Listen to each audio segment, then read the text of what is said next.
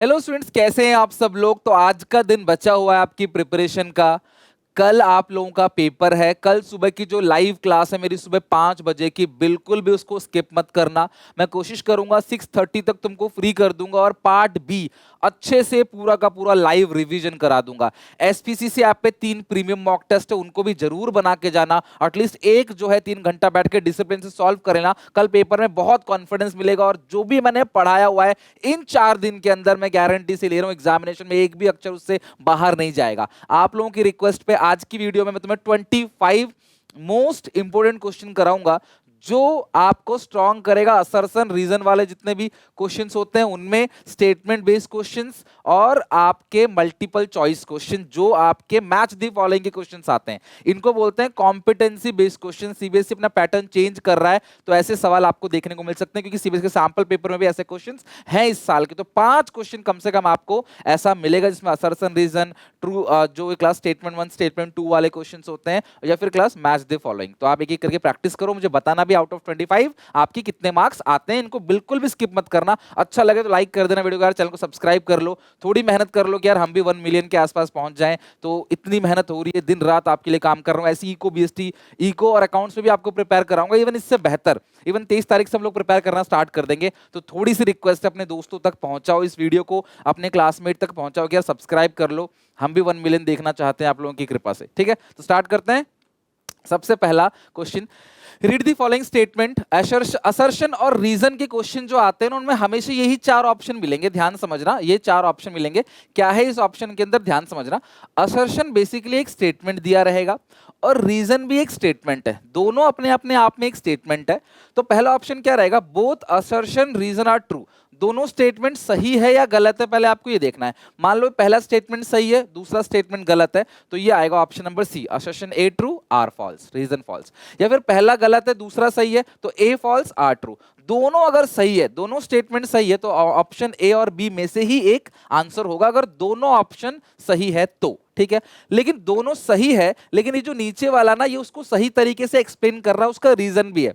ऊपर वाले स्टेटमेंट का एक्सप्लेनेशन अगर नीचे वाला स्टेटमेंट दे रहा है तो ऑप्शन नंबर ए टिक होगा, बोथ असर्शन और reason are true and reason is the correct explanation of A. लेकिन दोनों स्टेटमेंट तो सही है, लेकिन नीचे वाला अलग बात कर रहा है, ऊपर वाला अलग बात कर रहा है। नीचे वाला ऊपर वाले को एक्सप्लेन नहीं कर रहा है।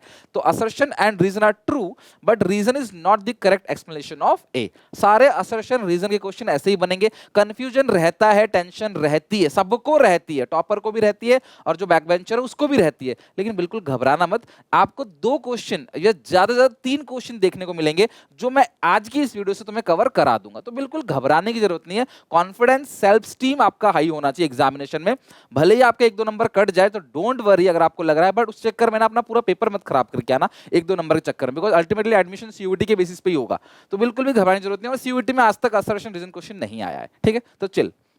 सबसे पहला क्वेश्चन, आओ ठंडे दिमाग से 25 क्वेश्चन करा रहा हूं, एक एक करके आप भी अपनी कॉपी में लिखो और नंबरिंग करो कितने आते हैं आपके। सेकेंडरी मार्केट लिक्विडिटी और मार्केटेबिलिटी प्रोवाइड करता है एग्जिस्टिंग सिक्योरिटीज को। करेक्ट है, एग्जिस्टिंग लिखा है, इसका मतलब सही है। Secondary market provide investors the chance of disinvestment री इन्वेस्टमेंट। मैंने आप लोगों को स्टॉक मार्केट के फंक्शंस लिखवाए हैं, उसमें पहले फंक्शन की हेडिंग ये थी और उसके अंदर का एक्सप्लेनेशन ये था। बिल्कुल भाई, डिसइन्वेस्टमेंट री इन्वेस्टमेंट की वजह से तो ये मार्केटेबिलिटी प्रोवाइड करता है। तो दोनों स्टेटमेंट सही है और ये उसका करेक्ट एक्सप्लेनेशन भी है, यानी कि पहले का ए ऑप्शन करेक्ट है। सेकंड क्वेश्चन है statement 1, share holders fund involve commitment regarding the payment of returns और द रिटर्न और the repayment of capital. Class statement गलत है, because share holders fund involve no commitment.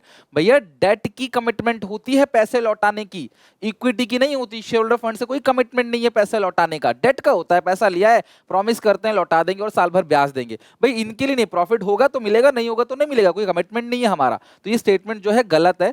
Date is considered to be the cheapest of all the sources of fund. Debt cheapest है क्योंकि tax deductibility of interest makes it still cheaper. क्योंकि debt का interest pay करेंगे ना तो हमारा जो tax है वो कम बनेगा, बिकॉज इंटरेस्ट जो है टैक्स डिडक्टिबल एक्सपेंस है, प्रॉफिट कम होगा, टैक्स कम होगा। तो पहला स्टेटमेंट गलत है और दूसरा statement true. Statement 1 is true, sorry 2 is true, 1 is false, यानी कि बी ऑप्शन इसका करेक्ट है। थर्ड पे आते हैं।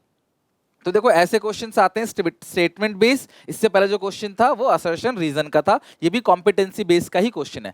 Read the following statement, again assertion reason का क्वेश्चन है। An autocratic leader follow two way communication. Autocratic two way नहीं होता है, जो बताता है लीडर उसे काम करके देना होता है, हिटलर की तरह है क्लास इसका। An autocratic leader does not wish to be contract, ये सही है क्लास। ऑटोक्रेटिक लीडर नहीं चाहता कि भैया आप कुछ बोलो, आपको जो बोला है बिना एनी क्वेश्चन आप अपना काम करके दो। तो ए जो है फॉल्स है और आर ट्रू है। A is false, R is true, तीसरे का हो गया डी। चौथा, आप खुद ही जरा एक बार वीडियो पॉज करके आंसर देने का भी ट्राई करो।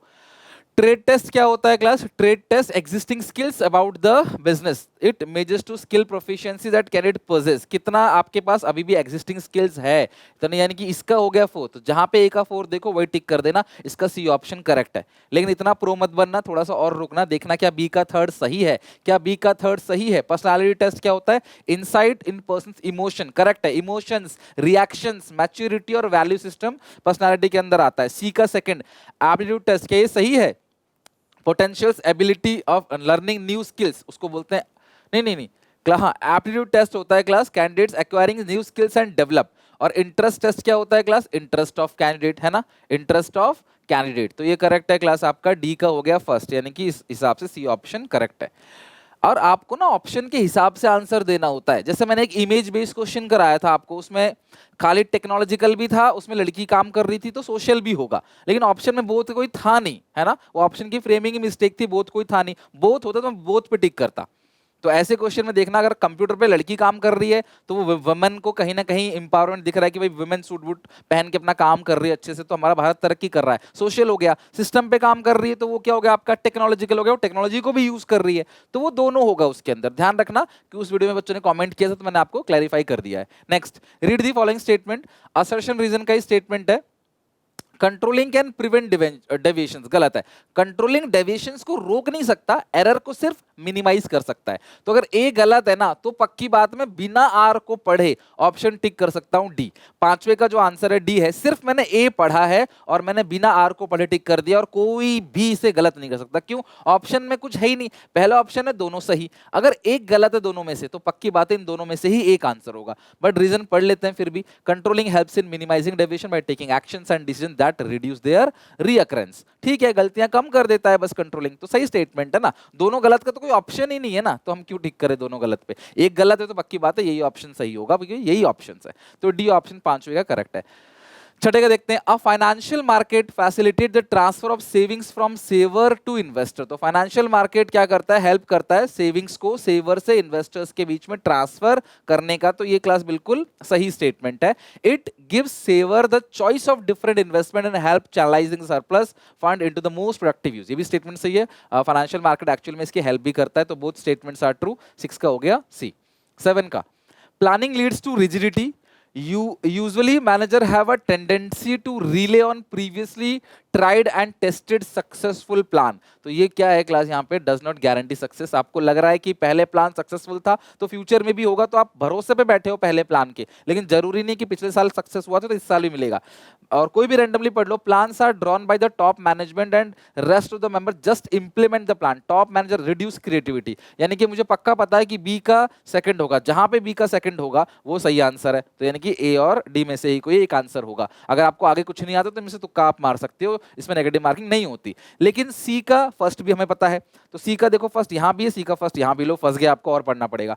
Planning involve huge cost. Cost वाला तो आसान पॉइंट है. Detail plan require scientific calculation to ascertain fact and figure, तो खर्चा बहुत आता है. तो डी का जरा थर्ड देख लो कहां पे, तो इसका मतलब ए ऑप्शन करेक्ट है. 7th का ए ऑप्शन करेक्ट है, डी का थर्ड. राइट, तो इस तरीके से आप चेक करोगे. अब पक्की बात है ए का तो यही होगा, क्योंकि मैनेजर चेंज नहीं कर सकता एक बार आपने प्लान बना लिया तो. Next statement, financial planning is essentially the preparation of financial blueprint of an organisation's future. बिल्कुल करेक्ट है. मैं बार बार बोल रहा हूं, ये कीवर्ड फाइनेंशियल प्लानिंग का एक बेस्ट कीवर्ड है, आपको पेपर में देखने को मिलेगा, ये ध्यान रखना. तो ये बिल्कुल स्टेटमेंट सही है. Financial planning is done for only for long term. Correct है यार, सॉरी गलत है यार, लॉन्ग टर्म के लिए नहीं कहता. फोकस ऑन कैपिटल एक्सपेंडिचर नहीं, फाइनेंशियल प्लानिंग क्लास हर तरीके के खर्चे को लेता है, not only for capital programme या कैपिटल एक्सपेंडिचर ओनली. तो पहला स्टेटमेंट सही है और दूसरा स्टेटमेंट गलत है, तो statement 1 is true and statement 2 is false, यानी कि 8th का ए ऑप्शन करेक्ट है। 9, read the following statement. Secondary market directly promote capital formation. ध्यान रखना, सेकेंडरी मार्केट कितनी बार बताया है, इनडायरेक्टली कैपिटल फॉर्मेशन को प्रमोट करता है, ना कि डायरेक्टली।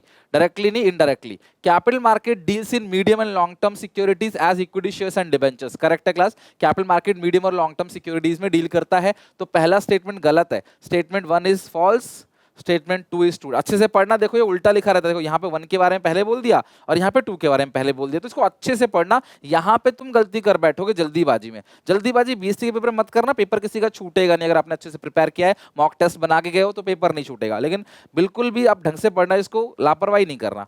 स्टेटमेंट 2 ट्रू है, 1 फॉल्स है, तो हाँ 1 फॉल्स है, 2 ट्रू है। अच्छे से पढ़ के, इन ऑप्शन भरोसा मत करना, ऑप्शन को ये लोग घुमा देंगे और आप अच्छे से पढ़ के नहीं जाओगे तो मिस्टेक कर बैठोगे।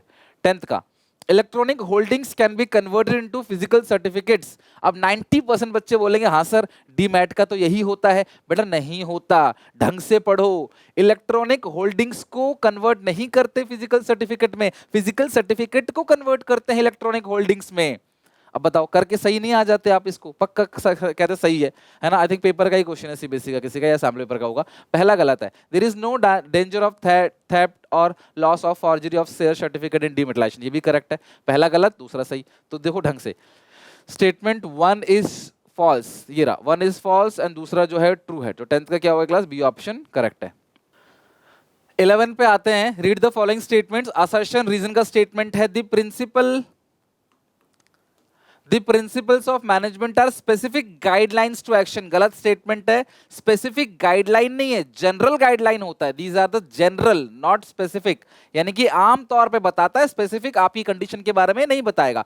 The principle of management does not provide ready-made solution। Correct है क्लास, जो प्रिंसिपल ऑफ मैनेजमेंट होता है वो रेडीमेड सॉल्यूशन नहीं देता है, ये फ्लेक्सिबल है, आपको चेंज करना पड़ेगा। ये जनरल सॉल्यूशन देता है, ना कि रेडीमेड। तो यानी कि ये स्टेटमेंट जो है वो क्या है क्लास? आपका सही है, पहला गलत है। असर्शन ए जो है वो फॉल्स है और जो रीजन है वो ट्रू है, यानी कि डी ऑप्शन 11 का करेक्ट है। 12 पे आते हैं, transportation helps creating time utility and warehousing helps creating place utility. बिल्कुल उल्टा लिखा है, ट्रांसपोर्टेशन बात करता है प्लेस की और वेयरहाउस बात करता है टाइम की, कि भैया आप कितने समय तक स्टोर करके रखोगे और कब सही समय आएगा तो वेयरहाउस से माल को निकालोगे, है ना? आपको अभी नहीं चाहिए, डिमांड नहीं हो रही, अभी स्टोर करके रखो। उल्टा लिखा है, तो पहला स्टेटमेंट गलत है। The process of classification of product into different group on the basis of their important characteristics is known as standardisation. No, is known as grading. जब हम प्रोडक्ट को क्लासिफिकेशन करते हैं ना उनकी कैरेक्टर के बेसिस पे, उसको ग्रेडिंग बोलते हैं। तो both statement are false, D option correct है। As per the Consumer Protection Act 2019, the District Commission has a jurisdiction to entertain complaint where the value of goods and services does not exceed 10 crore। यार गलत लिखा है ना? District Commission has a jurisdiction to entertain complaint where the value of goods and services considered does not exceeds 10 crore। यार 10 करोड़ क्या, 1 करोड़ तक ही होता है इसके अंदर, 10 करोड़ तो कहीं चला गया, तो गलत स्टेटमेंट है, 1 करोड़ तक ही आता है इसके अंदर। If any of the parties is not satisfied by the order of district commission, then they can appeal against such order in state commission। district commission के अपील को state में फाइल कर सकते हैं और within a period of 45 days from the date of order। तो statement 2 जो है वो करेक्ट है, 1 फॉल्स है। तो statement 2 ट्रू है, 1 फॉल्स है एंड 13 क्वेश्चन का बी ऑप्शन करेक्ट है। 14 पे आते हैं, many enlightened business firms have set up their own consumer service and grievances cell। Correct है क्लास, grievances cell होते हैं का आप खुद ही कंप्लेंट फाइल कर सकते हो, उनके खुद के होते हैं। Amazon का खुद का grievance cell है, कोई प्रॉब्लम आती है कोर्ट पे जाने की जरूरत नहीं है, वही आपका प्रॉब्लम सॉल्व कर लेंगे। The consumer has right to file a complaint to be heard in case of dissatisfaction, ये भी करेक्ट है क्लास। तो ये बिल्कुल उसी को एक्सप्लेन कर रहा है, दोनों सेम पॉइंट की बात कर रहे हैं कि यहाँ पे ग्रीवेंसेस सेल है, आपको शिकायत है तो आप शिकायत दर्ज कर सकते हो, वहाँ पे कंप्लेंट फाइल कर सकते हो। तो दो बिल्कुल करेक्ट है, एक ही पॉइंट पे दोनों बात कर रहे हैं, तो करेक्ट रीजन होगा, करेक्ट एक्सप्लेनेशन ऑफ ए। मुझे बच्चों ने बोला भी सर ये ए और बी में ही कंफ्यूजन होता है, तो ये उसी को करेक्टली एक्सप्लेन कर रहा है, राइट। और हाँ, आप कुछ बुक से क्वेश्चन उठाते हो ना, बुक में कई क्वेश्चन गलत भी रहते हैं, जिसकी वजह से आप और कंफ्यूज होते हो। तो जितना मैं क्वेश्चन करा रहा हूँ ना, मोर देन इनफ है, आप कर लो। Statement 1, for any exchange take place it is important that there must be two parties, a buyer और seller। करेक्ट है, एक्सचेंज में कम से कम 2 पार्टी का होना जरूरी है, बायर का और सेलर का। Exchange can take place even if buyer sellers are not able to communicate. ध्यान रखना क्लास, ये गलत स्टेटमेंट है। बायर सेलर कम्युनिकेशन और डिलीवरी दोनों के लिए प्रतिबंध है, कम्युनिकेशन भी और डिलीवरी भी। तो पहला स्टेटमेंट सही है, दूसरा स्टेटमेंट गलत है, यानी कि स्टेटमेंट 1 इज करेक्ट और स्टेटमेंट टू इज इनकरेक्ट, तो ये सी ऑप्शन करेक्ट है 15 का, 1 करेक्ट है 2 इनकरेक्ट। देखो यहाँ पे देखो दोनों 1 से शुरू कर दिया, कभी 1 से शुरू करता है कभी 2 से, तो स्टेटमेंट वाले क्वेश्चन है ना आता हुआ गलत कर बैठोगे ऑप्शन की वजह से, इवन असर्शन रीजन है भी, तो ऑप्शंस को अच्छे से पढ़ना, भले वो ऑप्शन का ऑर्डर चेंज कर सकते हैं जैसे आपने प्रैक्टिस करी है उससे अलग करा सकते हैं। For product requiring long term storage like agriculture product, NCERT की सीधी लाइन है, मैंने तुम्हें यही लाइन पढ़ा रखी है एनसीईआरटी की, like agriculture product the warehouse are located near to the market, नहीं नियर टू मार्केट नहीं होगा, कहां होगा, नियर टू फार्म, जो किसानों का फार्म है उसके पास ही आपको क्या करना है, वेयर हाउस बनाना है एग्रीकल्चर प्रोडक्ट के लिए, ट्रांसपोर्टेशन कॉस्ट को बचाने के लिए। तो पहला स्टेटमेंट गलत है। Higher the level of inventory higher will the level of service to customer but the cost of carrying inventory will also be high. तो 16 क्वेश्चन में क्या कर रहा है, ये जो स्टेटमेंट है ना, स्टेटमेंट 2, ये बिल्कुल सही है कि अगर आप इन्वेंट्री को हायर मेंटेन करोगे ना तो सर्विस अच्छी मिलेगी कस्टमर को, ज्यादा सामान रखोगे दुकान में कस्टमर खुश होगा लेकिन खर्चा बहुत आएगा, वो भी आपको देखना है। तो ये पहला फॉल्स है, दूसरा ट्रू है। स्टेटमेंट 2 इज ट्रू और 1 इज फॉल्स। तो स्टेटमेंट वाले क्वेश्चन ढंग से पढ़ना। Match the following, each work is done by a train specialist, ये किसके अंदर होता है क्लास, डिवीजन ऑफ वर्क, जो इंसान जिसमें ट्रेंड है उसको ही काम दो। जुडिशियस एप्लीकेशन ऑफ, ये जो कीवर्ड है ये है क्लास डिसिप्लिन का, पेनल्टी लगाई जाती है।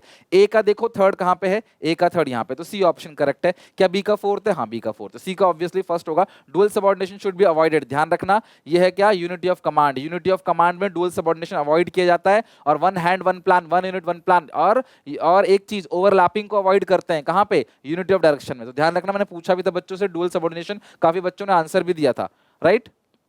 तो ए ऑप्शन करेक्ट है इसका 17 का। 18 पे आते हैं, 18 पे आते हैं क्लास, सॉरी 17 का ए नहीं है, सी है, 17 का सी ऑप्शन करेक्ट है। 18 पे आते हैं क्लास, 18 पे, 18 में क्या लिखा हुआ है, असर्शन रीजन है, management is concern with efficient use of resources, correct है। For management both efficiency and effectiveness need to be balance, correct है। देखो दोनों सेम टॉपिक पे बात तो कर रहा है लेकिन उसको ये ना करेक्ट रीजन नहीं है। मैनेजमेंट एफिशिएंट कह रहा है तो ये एफिशिएंसी के बारे में ना कुछ बोलना चाहिए, लो कॉस्ट के बारे में कुछ बोलना चाहिए था इसको, लेकिन ये कह रहा है मैनेजमेंट को इफेक्टिवनेस एफिशिएंसी होना चाहिए, वो कह रहा है एफिशिएंट से कलेक्टेड है। दोनों स्टेटमेंट सही है लेकिन ये करेक्ट एक्सप्लेनेशन नहीं है, तो 18 का बी ऑप्शन करेक्ट है। 19 पे आओ, read the following statement, again assertion reason है, financing decision seeks to determine the quantum of finance to be raised from various long term sources, correct है क्लास। जो फाइनेंसिंग डिसीजन है वो बताता है भैया कि कहां कहां से आप फंड्स को रेज करोगे, तो ए ट्रू है। Financing decision fundamentally involve the preparation of financial blueprint of future operation, class ये जो वर्ड है ना financial blueprint for future operation, ये फाइनेंसिंग डिसीजन का नहीं है, ये किसका है, फाइनेंशियल प्लानिंग का है, ध्यान रखना। और एक फाइनेंशियल प्लानिंग से दो ही कीवर्ड है, एक तो ये ब्लूप्रिंट वाला कीवर्ड हो गया, ब्लड ऑफ द ब्लड हो गया क्लास, ठीक है। तीसरा ये जो है कीवर्ड ये इसका है कि जब सही समय पे पैसे की जरूरत हो तो सही समय पे पैसा अवेलेबल होना चाहिए। आपने मार्केट से ज्यादा पैसा तो नहीं उठा लिया कहीं, तो कौन सा लैक किया आपने, फाइनेंशियल प्लानिंग को लैक किया, प्लानिंग नहीं किया, मार्केट से आपने ज्यादा पैसा उठा लिया। तो ए जो है वो ट्रू है 19 का, और जो आर है वो फॉल्स है, तो 19 का सी ऑप्शन करेक्ट है। A satisfied need can no longer motivate a person, correct है, नीड सेटिस्फाई होगी तो आप उसे मोटिवेट नहीं कर सकते। Only higher level can motivate, only higher level ही मोटिवेट कर सकता है, करेक्ट है क्लास। छोटी नीड पूरी होगी, साइकिल चलाने की नीड पूरी हो गई, अब मोटिवेट नहीं हो गए साइकिल से, अब क्या चाहिए आपको, बाइक चाहिए। 10वीं में आपको पापा ने बोला अच्छी साइकिल दिलाएंगे, 10वीं पास कर गया तो 10वीं पास कर गए, साइकिल मिल गई, अब 12वीं में साइकिल का नहीं दे सकते ना, साइकिल तो मिल गई, अब आपको बाइक चाहिए 12वीं में, ग्रेजुएशन में फिर कार चाहिए, फिर हवाई जहाज मांगो घर वालों से, है ना। तो वही है, profit sharing means offering company share to यार, एक सेकंड, प्रॉफिट शेयरिंग नहीं होता, वो को पार्टनरशिप स्टॉक ऑप्शन होता है। तो पहला सही है और दूसरा गलत है। Statement 1 is true and statement 2 is false. 20 का हो गया C. 21 assertion is in financial planning aims enable the company to tackle the uncertainty in respect of availability of funds and timing of fund. तो financial planning इस लायक बनाता है आपको ताकि आप टैकल कर सको वो प्रॉब्लम कौन सी, कि फंड्स अवेलेबल हो और सही समय पे अवेलेबल हो। तो स्टेटमेंट क्या है क्लास आपका, ट्रू है। Capital structure refers to the mix between owner fund and borrowed fund, capital structure में ये भी ट्रू है क्लास। तो बताओ ये करेक्ट रीजन है या नहीं है, दोनों सही है लेकिन ये नीचे वाला उसको एक्सप्लेन नहीं कर रहा, वो फाइनेंशियल प्लानिंग की बात कर रहा है, ये कैपिटल स्ट्रक्चर की बात कर रहा है कि नहीं। तो दोनों स्टेटमेंट सही है। अब देखो इन्होंने ऑप्शन चेंज कर दिया, आप आंख बंद करके ना अगर आप बी पे लगाते ना, देखो ऑप्शन गलत कर दिया इन्होंने, ऑप्शन यहां भेज दिया, both true but not the reason of, not the correct explanation of A. 22. Read the following statement. Again assertion reason. The marketer should offer a wide variety of product to the customer. Correct है, wide variety of product तो देना चाहिए customer को। और a consumer has the freedom to choose the variety of product. Consumer के पास freedom है कि वो choose करे variety of products को और competitive price पे, ये भी ठीक है। और ये थिंक आई थिंक ये इसका explanation तो है कहीं ना कहीं, क्योंकि वैरायटी ऑफ प्रोडक्ट की बात कर रहा है, ऊपर बी क्लास वही वैरायटी ऑफ प्रोडक्ट की बात कर रहा है। तो कुल मिला के क्वेश्चन कह रहा है मार्केटर को वैरायटी ऑफ प्रोडक्ट देना चाहिए ताकि कस्टमर अपने हिसाब से चूज कर ले। जम गया ना स्टेटमेंट, ऐसे खुद ही जमा लिया करो, मार्केटर को वैरायटी ऑफ प्रोडक्ट देना चाहिए ताकि कस्टमर अपने हिसाब से प्रोडक्ट को चूज कर ले। तो ये स्टेटमेंट ठीक है और ये करेक्ट एक्सप्लेनेशन भी है 22 का ए। Statement 1, the manager is required to make certain assumptions about the future, which is called as planning premises या developing premises. Correct statement है. While developing premises during the planning process, the manager will have to apply permutation and combination. गलत, permutation और combination कभी apply नहीं करना होता है. Positive, negative motivation. तुक्का नहीं मारना कि यार ऐसा ऐसा कर लो. Permutation, combination नहीं. Chances नहीं देखने हैं. आपको क्या करना है? उसको particular evaluate करना है. तो 23 में statement A जो है वो true है और R मतलब सॉरी पहला true है, दूसरा false है. C ऑप्शन करेक्ट है. Again management is concern with efficient, तो रिपीट हो गया ना class, management is concern with efficient use of resources, बिल्कुल ठीक है। अब कई कुछ क्वेश्चन रिपीट हो जाते हैं भैया, दिन रात इतने सारी चीजें करा रहा हूं आपको, तो ऐसा हो सकता है कोई क्वेश्चन मुझे अच्छा लगा और वो 2 बार अच्छा लग गया, बट फिर भी एक बार सारे बच्चे इसका आंसर देखो, मैंने पहले करा दिया, क्या तुम फिर भी सही कर पाते हो इसको? एक बार वो चीज देखो, कोई क्वेश्चन रिपीट हो रहा है इट मींस वो इंपॉर्टेंट है, उसको बार बार करना चाहिए, ठीक है। For the management both efficiency and effectiveness need to be balance, management में एफिशिएंसी बैलेंस, तो ये भी स्टेटमेंट ठीक है, भी स्टेटमेंट ठीक है, लेकिन करेक्टली एक्सप्लेन उसको नहीं कर रहा है, तो 24 का बी ऑप्शन करेक्ट है। 25, delegation is the entrustment of responsibility and authority to another and creation of accountability for performance. Delegation जो है वो भरोसा करते हो और अथॉरिटी और रिस्पॉन्सिबिलिटी देते हो और अकाउंटेबिलिटी बन जाता है, बिल्कुल सही है। Irrespective the extent of delegated authority the manager still accountable, correct है, मैनेजर अकाउंटेबल रहता है to the same extent before delegation, delegation से पहले भी, जैसे ए ने बी को काम दिया तो अभी ए बी से काम लेगा, बी ने काम सी को दे दिया, सी ने काम नहीं किया तब भी बी जो है वो ए को आंसर देगा, सी ए को आंसर नहीं देगा, बी ही ए को आंसर देगा, स्टिल जो है बी अकाउंटेबल ही रहेगा। दोनों स्टेटमेंट बिल्कुल सी के ठीक है, 25 का सी ऑप्शन करेक्ट है। तो आप मुझे बताओ 25 में से आपके कितने क्वेश्चन करेक्ट थे, एक एक करके जरा मुझे आंसर बताओ, ठीक है। और कल सुबह की लाइव क्लास कोई मिस मत करना, एसपीसीसी ऐप पे प्रीमियम मॉक टेस्ट को कोई मिस मत करना। मैंने 3 बार तुम्हारा समझो रिवीजन कराया, एक बार लाइव में, एक बार 3-3 चैप्टर का, और एक बार मैंने एक ही वीडियो, आई थिंक मैंने आपको परसों एक ही वीडियो डाला था सुबह 11 बजे या 12 बजे या 3 बजे मैंने एक ही डाला था वीडियो 2 घंटे का, जिसके अंदर मैंने पूरा का पूरा अकाउंट्स 1 घंटा 57 मिनट का 57 मिनट्स का पूरा का पूरा बीएसटी एक ही वीडियो में करा दिया। तो अच्छा लगे तो लाइक करना वीडियो को, शेयर करना अपने दोस्तों में। मिलते हैं नेक्स्ट वीडियो में, प्लीज चैनल को सब्सक्राइब कर लो।